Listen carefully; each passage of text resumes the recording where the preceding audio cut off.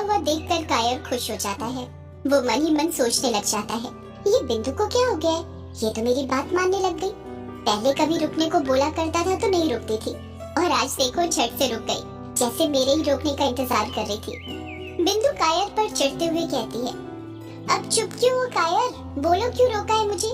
कायर शर्माते हुए कहता है, वो बिंदु, अब तुम यहाँ तक आ ही गई हो तो थोड़ी देर और रुक जाओ ना। मैं बस अभी 2 मिनट में फ्रेश होकर आता हूँ, फिर हम दोनों साथ में ही चलेंगे। तुम जब तक पैदल पैदल पहुँचोगी उससे बेहतर है तुम मेरे साथ ही चलना। बिंदु सोचने लग जाती है कि वो क्या करे, कायर के फ्रेश होने का इंतजार करे या नहीं, क्योंकि घर पर उसकी माँ ने उसे जल्दी आने को बोला था। बिंदु को कुछ सोचता हुआ देखकर कायर फटाक से कहता है, अगर तुम्हें देर हो रही है तो मैं फ्रेश होने भी नहीं जाता हूँ, ऐसे ही तुम्हारे साथ चल देता हूँ, चलो। कायर की बात सुनकर कछुआ, युग और अभिमन्यु हंसने लग जाते हैं। बिंदु भी मन ही मन हंसने लगी थी। बिंदु कायर को मना करते हुए कहती है, अरे नहीं नहीं, तुम हो जाओ फ्रेश, मैं इंतजार कर लेती हूँ। वैसे भी मैं पहली बार आई हूँ इस ग्रेवयार्ड कोठी में। बिंदु कमरे के चारों तरफ अपनी नजर फिराते हुए कहती है, जितनी तारीफ सुनी थी उससे कहीं ज्यादा खूबसूरत कोठी है ये। युग, क्या तुम मुझे वो कमरा दिखा सकते हो जहाँ पर यक्षिणी कह दे? मुझे वो कमरा देखना था।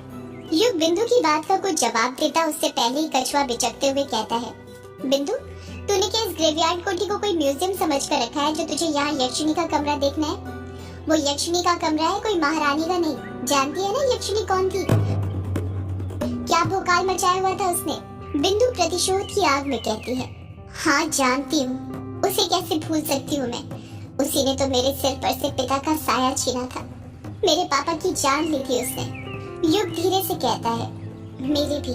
अभिमन्यु उन दोनों के बीच में बोल पड़ता है, पर बिंदु, तू यक्षिणी का कमरा देखकर क्या करेगी? वो कमरा तो बंद है।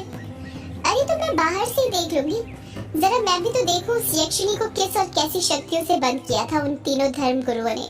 अभिमन्यु अपने हाथ से बाईं तरफ इशारा करते हुए कहता है, ये जो कमरा है ना, इसके बगल में ही रूम नंबर 666 है, वहीं पर यक्षिणी कैद है। जा कछुआ, बिंदु को बगल वाला कमरा दिखा कर आ। कछुआ झट से मना करते हुए कहता है, ना बाबा ना, मैं तो नहीं जा रहा, तुम ही लेकर जाओ। मैं तो उस कमरे के पास भी ना भटकूं, वो तो युग के कारण आना पड़ता है। पता नहीं इसने यक्षिणी के कमरे का बगल वाला कमरा ही रहने के लिए क्यों चुना। इतनी बड़ी कोठी में तुझे और कोई सा कमरा पसंद नहीं आया था क्या युग? युग कछुए के सवाल का जवाब देते हुए कहता है, यार वो बात यह है कि बचपन में मैं इसी कमरे में रहा करता था, बहुत सी यादें जुड़ी हुई हैं इससे। और बात को मत घुमा, चुपचाप बिंदु को बगल वाला कमरा दिखा कर आ। ना बाबा ना, मैंने मना किया ना। बिंदु कछुए को आंखें दिखाते हुए कहती है, अगर तुझे नहीं चलना तो मत चल, मुझे किसी के साथ की जरूरत नहीं है, मैं अपने काम अकेले ही कर सकती हूँ। वैसे भी बगल में ही तो जाना है, तुम लोग नाश्ता करो, मैं यक्षिणी का रूम देख कर आती हूँ। इतना कहकर बिंदु वहाँ से चली जाती है। इस तरफ अमोदिता और रजनी किचन के अंदर थी। अमोदिता रोटियां बेल रही थी और उन्हें सेक रही थी। वहीं पर रजनी भी खड़ी हुई थी, जो धड़ाधड़ प्याज काटी जा रही थी। इतनी स्पीड से वो प्याज काट रही थी कि यदि उससे जरा सी भी चूक हुई तो सीधे उसकी उंगलियां कट जाएगी। अमोदिता रोटी बेलते हुए कहती है, माँ, अब तो कायर पर से वशीकरण टोटके का असर खत्म हो गया होगा ना? रजनी अमोदिता पर चिढ़ते हुए कहती है, नालायक लड़की, तुझे कितनी बार बोला है, एक बार हम भगवान पर शंका कर सकते हैं पर काले जादू पर नहीं। काले जादू के काले टोटके कभी खाली नहीं जाते हैं, समझी? बस उन्हें सही से करना आना चाहिए। रजनी अमोदिता को घूरते हुए कहती है, ये बता, जैसा जैसा मैंने तुझे बोला था सब वैसा ही किया था ना? कुछ गड़बड़ तो नहीं की थी? अमोदिता फटाक से कहती है, नहीं माँ, कुछ गड़बड़ नहीं की थी, जैसा आपने कहा था सब वैसा ही किया था, तुम्हारी कसम। मेरी कसम वसम मत खा नालायक, मुझे इतनी जल्दी नहीं मरना, तेरी युग के साथ शादी करवा कर ही मरूंगी, समझी? रजनी की बात सुनकर अमोदिता शर्मा जाती है।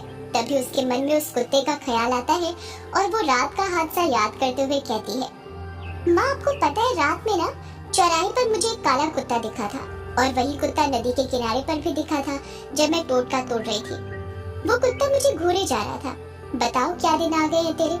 युग को तुझे घूरना चाहिए तो कुत्ते तुझे घूर रहे हैं, और ये भी कोई बताने वाली बात है? मैं क्या करूंगी उस कुत्ते के बारे में जानकर? मुझे क्यों बता रही है? अमोदिता छोटा सा मुंह बनाते हुए कहती है, माँ, मैं तो बस तुम्हें बता रही थी। रजनी रोटी की तरफ इशारा करते हुए कहती है, ये फालतू की बातें मत बताया कर मुझे, समझी? और जरा रोटी को देख, जल रही है वो। अमोरिता चिमटे से रोटी को पलटते हुए कहती है, हाँ माँ देख रही हूँ मैं।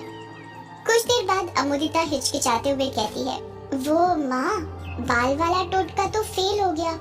अब आज रात कौन सा टोटका करना है हमें युग जी को वश में करने के लिए? आज रात हम कोई टोटका नहीं कर सकते। अमोदिता अपनी भवें ऊपर करते हुए कहती है, क्यों माँ? क्योंकि आज रात पूर्णिमा है। अमोदिता फटाक से कहती है, पूर्णिमा हुआ तो क्या हुआ माँ, ये तो और भी अच्छी बात है ना। मैंने सुना है पूर्णिमा और अमावस्या की रात सबसे ज्यादा टोटके किए जाते हैं और वो सबसे ज्यादा असरदार साबित होते हैं, क्योंकि पूर्णिमा और अमावस्या की रात दैत्य शक्तियों की ताकत बढ़ जाती है और साथ में उनके उपासकों की भी शक्तियाँ बढ़ती हैं। शक्तियाँ उन उपासकों की बढ़ती हैं जिनके पास पहले से शक्तियाँ होती हैं। तेरे पास कहाँ शक्तियाँ हैं नालायक लड़की? इतना आसान नहीं होता है काली शक्तियाँ पाना, समझी? वो तो अभी तक मुझे भी नहीं मिली। बस कुछ टोटकों में सफल हुई हूँ, इसलिए आज रात हम दोनों ही मिलकर साधना करेंगे। और साधना करने से क्या होगा माँ? अगर कोई सच्चे मन से साधना करता है तो हो सकता है कि उसको काली शक्तियाँ मिल जाए, और शक्तियाँ ना भी मिले तो एक फायदा जरूर होता है, और वो ये कि उसके बाद जो वो टोटके करता है फिर कभी खाली नहीं जाते, उनका असर जरूर होता है, समझी? हाँ माँ समझ गई। तो फिर आज रात 12 बजे तैयार रहना, हम 12 बजे से ही साधनाएं करना शुरू कर देंगे। हाँ माँ मैं तैयार रहूंगी। इस तरफ ग्रेवयार्ड कोठी में कायल फ्रेश होकर आ गया था और बिंदु जो समोसे लेकर आई थी वो खा रहा था। कछुआ, युग और अभिमन्यु भी समोसे ही खा रहे थे कि तभी उन्हें एक औरत के चीखने की आवाज सुनाई देती है। कछुआ घबराते हुए कहता है, यार तुमने आवाज सुनी? मुझे एक औरत के चीखने की आवाज सुनाई थी। युग झट से कहता है, हाँ यार सुनी, मुझे भी सुनाई दी। कायर हिचकिचाते हुए कहता है, ये तो बिंदु की आवाज थी, पर वो चीखी क्यों? अभिमन्यु बिस्तर पर से उठते हुए कहता है, पता नहीं, चल कर देखते हैं मामला क्या है। अभिमन्यु, युग, कायर और कछुआ जितनी फुर्ती के साथ अपनी जगह से उठकर कमरे से बाहर निकल सकते थे निकलने लग जाते हैं। जब वो रूम नंबर 666 के पास पहुंचते हैं तो देखते हैं कि दरवाजे के सामने ही फर्श पर बिंदु बैठी हुई थी, जो कि बहुत डरी हुई और घबराई हुई लग रही थी। बिंदु बार बार एक ही चीज बड़बड़ाई जा रही थी, ये मैंने क्या कर दिया, ये मैंने क्या कर दिया। कायर बिंदु के पास जाता है और उसे सहारा देते हुए पूछता है, क्या हुआ बिंदु, तुम इतनी घबराई हुई क्यों हो, सब ठीक तो है? बिंदु कायर के सवाल का कुछ जवाब नहीं देती है, वो बस सिसकियां लेते जा रही थी। उसके हाथ पैर अभी भी डर के मारे बस कपकपाए जा रहे थे। कायर बिंदु पर दबाव बनाते हुए उससे फिर पूछता है, बिंदु मैं कुछ पूछ रहा हूँ, जवाब तो मुझे, क्या हुआ? तुम कुछ बताओगी भी या बस ऐसे डरती रहोगी? बिंदु कायर के सवाल का कुछ जवाब देती उससे पहले ही कछुए की नजर दरवाजे पर लगे ताले पर पड़ जाती है और वो देखता है कि दरवाजे पर लगा ताला टूटा हुआ था और उसके ऊपर जो ताबीज बंधे हुए थे वो भी जमीन पर पड़े हुए थे। कछुआ अपना मुंह फाड़ते हुए कहता है, ये क्या बिंदु, तूने ताला क्यों तोड़ दिया? जैसे ही कछुआ ये बात बोलता है, युग, अभिमन्यु और कायर की नजर सीधे दरवाजे पर पड़ती है और वो देखते हैं कि ताला टूटा हुआ था। युग मन ही मन सोचने लग जाता है, अरे ये क्या हो गया, ये ताला कैसे टूट गया? इसे तो मैंने और अभिमन्यु ने अच्छे से फेविस्टिक से चिपकाया था। ताला टूटा देखकर कायर की आंखें फटी की फटी रह गई थी। कछुआ अपनी बात को आगे जारी रखते हुए कहता है, माना तेरे पापा का शिकार यक्षिणी ने किया था, पर इसका ये मतलब थोड़ी ना कि उससे बदला लेने के लिए तू ताला तोड़ देगी और पूरे गांव वालों की जान को खतरे में डाल देगी। बिंदु अपनी बेगुनाही की गवाही देते हुए कहती है, मैंने ताला नहीं तोड़ा कछुआ। कछुआ झट से कहता है, तो फिर किसने तोड़ा? यहाँ पर तू ही तो थी ना दरवाजे के पास। कायर बिंदु की ओर देखते हुए कहता है, ये तुमने अच्छा नहीं किया बिंदु, तुम्हें ताला नहीं तोड़ना चाहिए था। बिंदु कायर को समझाते हुए कहती है, मैंने ताला नहीं तोड़ा कायर, मेरी बात पर यकीन करो। मैं तो बस दरवाजा देख रही थी और दरवाजा देखते ही देखते मैंने गलती से अपना हाथ ताले पर रख दिया और ये टूट गया। मेरी भी समझ में नहीं आ रहा कि मेरा हाथ रखते ही ये ताला कैसे टूट गया। कछुआ गुस्से से कहता है, क्या कहा गलती से बिंदु? मैं तुझे बचपन से जानता हूँ, तूने ये सब सोच समझ कर किया है। तू ना घर से ही सोच कर आई होगी कि ताला तोड़ना है, तभी तो यक्षिणी का कमरा देखने की जिद कर रही थी। बिंदु कछुए पर दहाड़ते हुए कहती है, तू क्या पागल है कछुआ? भला मैं क्यों ताला तोड़ूंगी? और ये बता, तुझे क्या मेरे हाथ हल्के लगते हैं जो हाथ रखते ही ताला टूट जाएगा? बिंदु अपने दोनों हाथ दिखाते हुए कहती है, ये देख ले मेरे दोनों हाथ खाली हैं। अब तू ही बता भला मैं ताला कैसे तोड़ूंगी? मुझे नहीं पता, बस मुझे इतना पता है कि तूने ही ताला तोड़ा है अपने पिता की मौत का बदला लेने के लिए। ये क्या बोल रहा है कछुआ तू? मैं वही बोल रहा हूँ जो सच है। कछुआ बार बार बिंदु पर इल्जाम लगाया जा रहा था और बिंदु अपने बेगुनाह होने की गवाही दे रही थी। कछुए और बिंदु के बीच का ये झगड़ा युग से देखा नहीं जाता और वो उन दोनों के बीच में बोल पड़ता है, ताला बिंदु ने नहीं तोड़ा है बल्कि मैंने तोड़ा है। युग जैसे ही ये बात बोलता है अचानक से वहाँ पर खामोशी छा जाती है। कायर, कछुआ और बिंदु की आंखें फटी की फटी रह जाती हैं। उन्हें अभी भी युग की बातों पर भरोसा नहीं हो रहा था। कायर अपना मुंह फाड़ते हुए कहता है, क्या कहा? ताला तूने तोड़ा है, पर कब? युग उन तीनों को सारी बातें बता देता है कि कैसे उसने और अभिमन्यु ने मिलकर ताला तोड़ा था और फिर वापस वैसे ही लगा दिया था।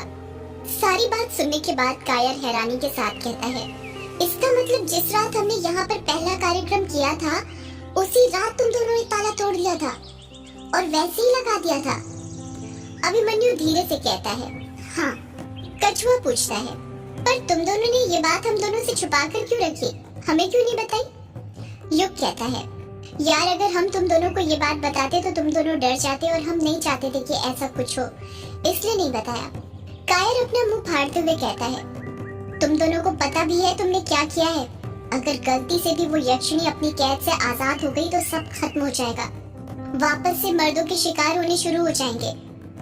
अभिमन्यु कायर को समझाते हुए कहता है, यार कायर, अभी युग ने बताया ना कि हम 2-3 दिन से मेरे डिवाइसों से यही चेक कर रहे थे कि यक्षिणी अपनी कैद से आजाद हुई है या नहीं, और तू फिक्र मत कर, वो यहीं पर है, इसी कमरे में।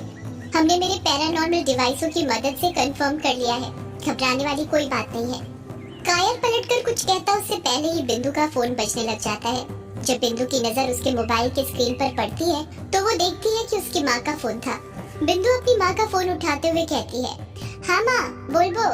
हाँ माँ, मैंने नाश्ते की डिलीवरी कर दी है, बस रास्ते में ही हूँ, आ रही हूँ। हाँ, अहमद को भेज दो जब तक दूसरी डिलीवरी करने, मैं आ रही हूँ। इतना कहकर बिंदु फोन कट कर देती है। फोन कट करने के बाद बिंदु कहती है, माँ का फोन था, जल्दी बुलाया है, मुझे देर हो रही है, चले कायर, निकलते हैं। कायर बिस्तर पर से उठते हुए कहता है, हाँ चलो। कछुआ कहता है, मैं भी चलता हूँ, मुझे भी रास्ते में ड्रॉप कर देना। युग झट से पूछता है, तू कहाँ जा रहा है? कछुआ मुंह फुलाते हुए कहता है, ऐसी जगह जहाँ झूठे लोग ना हो और अपने दोस्तों से कुछ ना छुपाएं।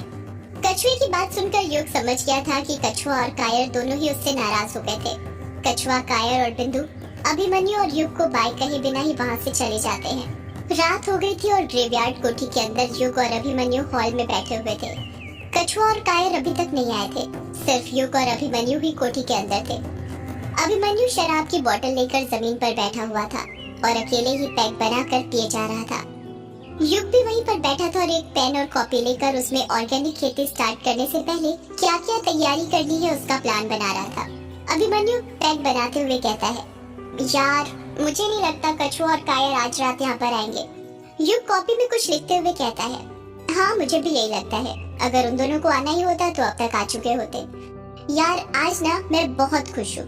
युग हैरानी के साथ कहता है, खुश है, पर क्यों? कहीं इसलिए तो नहीं कि कायर और कछुआ आज रात यहाँ पर नहीं आएंगे और तुझे अकेले ही सारी शराब पीने को मिलेगी, किसी के साथ शेयर नहीं करनी पड़ेगी? नहीं यार, उनके लिए तो मुझे बुरा लग रहा है, गलती हमारी ही है, हमें उनसे वो बात नहीं छुपानी चाहिए थी। आखिर दोस्त थे वो हमारे, भगवान से भले ही छुपा लो पर दोस्तों से कुछ मत छुपा। यार मेरी एक बात समझ में नहीं आई, ये पीने के बाद हर बंदा इतनी सेंटी बातें क्यों करने लग जाता है? यार क्या बताए, शराब चीज ही ऐसी है। यार तू ना ये फालतू बातें करना छोड़ और टॉपिक पर आ, ये बता खुश किस बात पर है? यार आज ना मेरा बरसों का सपना पूरा हो गया। कैसा बरसों का सपना? यार मैंने तुझसे एक बात छुपाई थी। तुझसे क्या, मैंने अपनी माँ से भी ये बात छुपाई थी। युग धीरे से कहता है, कैसी बात? वो यार मैं ना यहाँ पर कोई छुट्टी बनाने नहीं आया हूँ, बल्कि पैरानॉर्मल एक्टिविटी संस्था वालों ने मुझे निकाल दिया था। युग अपना मुंह फाड़ते हुए कहता है, क्या कहा? पैरानॉर्मल एक्टिविटी संस्था